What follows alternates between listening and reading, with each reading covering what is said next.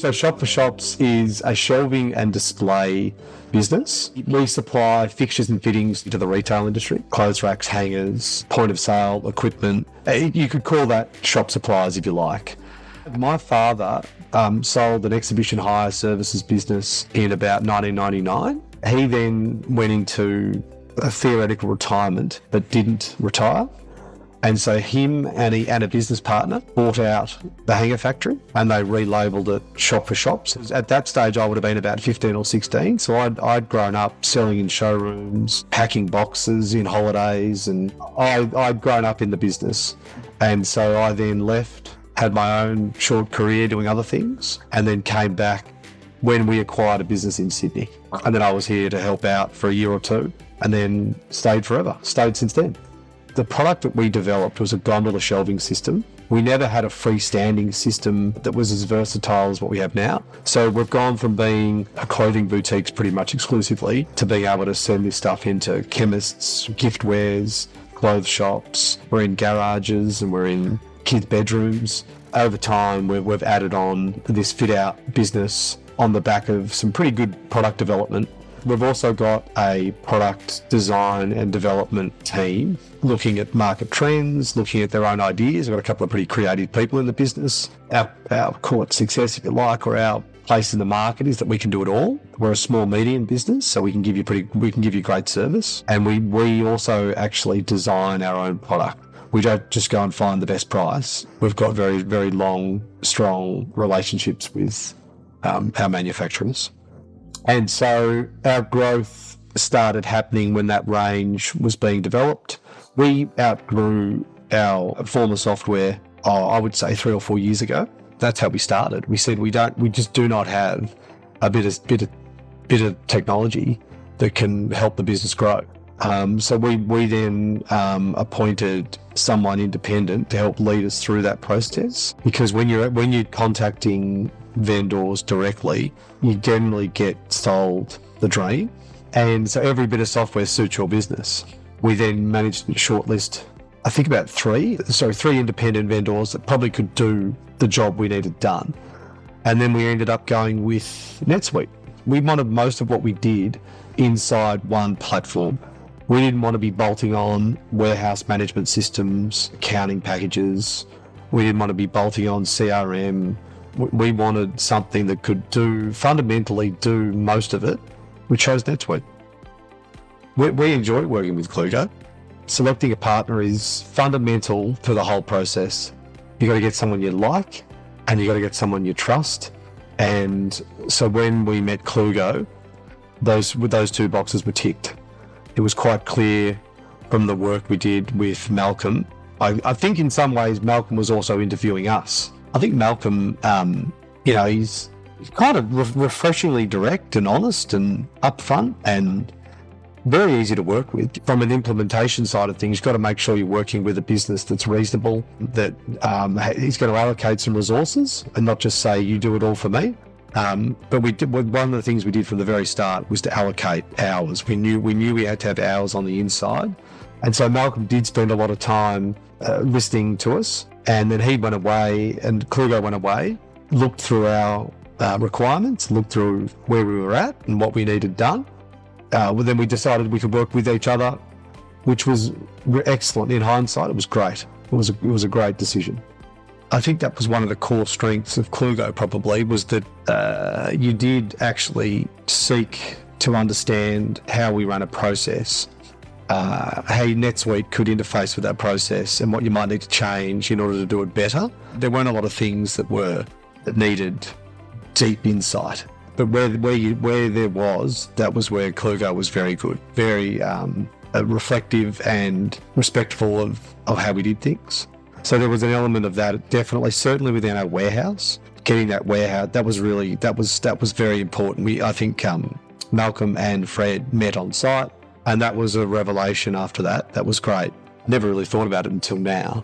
One of the things that attracted me to Klugo was the fact that there was not a lot of wasted language. One of the key successes with the whole thing was, which we had a very comprehensive planner, which Malcolm put together for us. It certainly didn't feel like a copy paste from another job. It was very personal. Klugo was terrific with the way you set the schedule, the different modules or the different parts, components of an implementation. It was very well organised. I think that's one of the key things. You had a guy like Malcolm sitting on top of it all, sort of directing traffic in a very refreshingly honest and direct fashion. Yeah, the go live was wholly unremarkable. In fact, it was so insignificant I can barely remember it. It was everyone turned up for work, everyone turned on their computers, and everything was working, and it was fine. There was an adrenaline rush for everyone, and it was all working. And when people started to compare it to what they had, that's when they sort of went, "This is unfamiliar to me." That was when the whole change project really started. It stopped being a technology project. It was more about how do you get into people's heads and just reassure them that this is all normal. And Klugo definitely helped with that.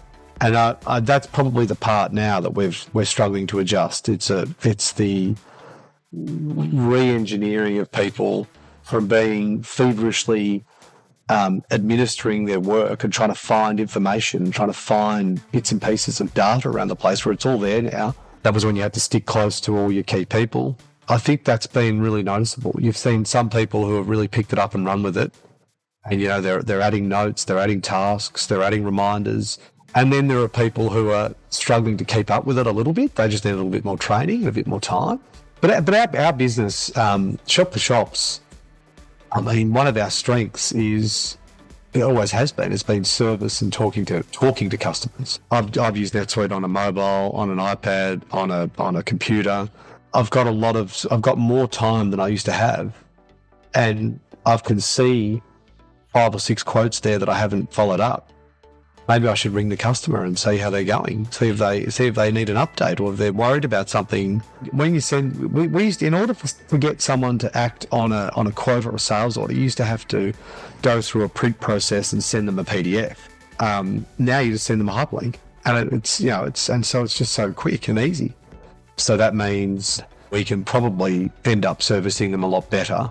So even this morning, I'm doing some operational reports and it's all just coming through NetSuite, whereas in the past that was coming through multiple different databases and sources. So we're only 2 months, I think. 3 months in, yeah. 3 months of going live. Yep. So we've gone through that adjustment period. Everyone's forgotten the last bit of software we were using, and they have. It's so funny, they have.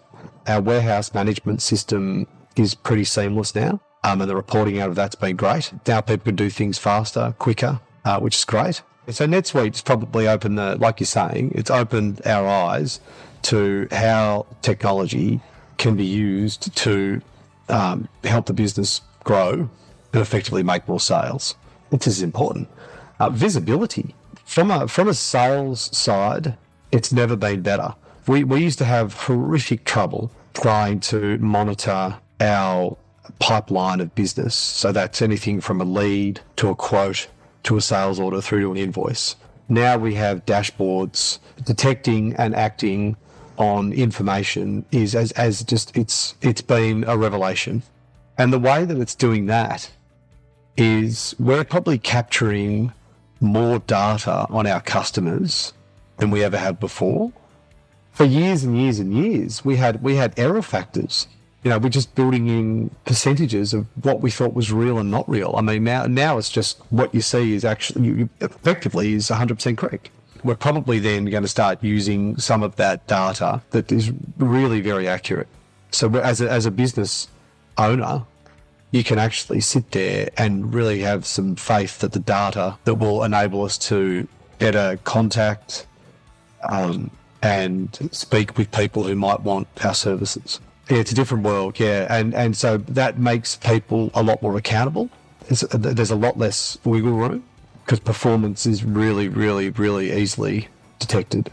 The next area for us will be on the project installation and fit outside, trying to get that inside NetSuite. But I actually think we're only scratching the surface of NetSuite. We've been using a bit of software for about a year. It's essentially a repository for information on projects, and it sits completely separate to NetSuite. Yeah, so the idea will be to try and work out how we can bring that inside NetSuite, and then we can use that not only for a project management, we can then start to use job costing, which we've been probably 10 years behind. We probably needed to have used it many, many years ago. So therefore we can do away with another bolt-on. And there's absolutely no reason to look elsewhere or deal with anyone else. We're very keen to start scoping that one with Klugo for sure. Yeah.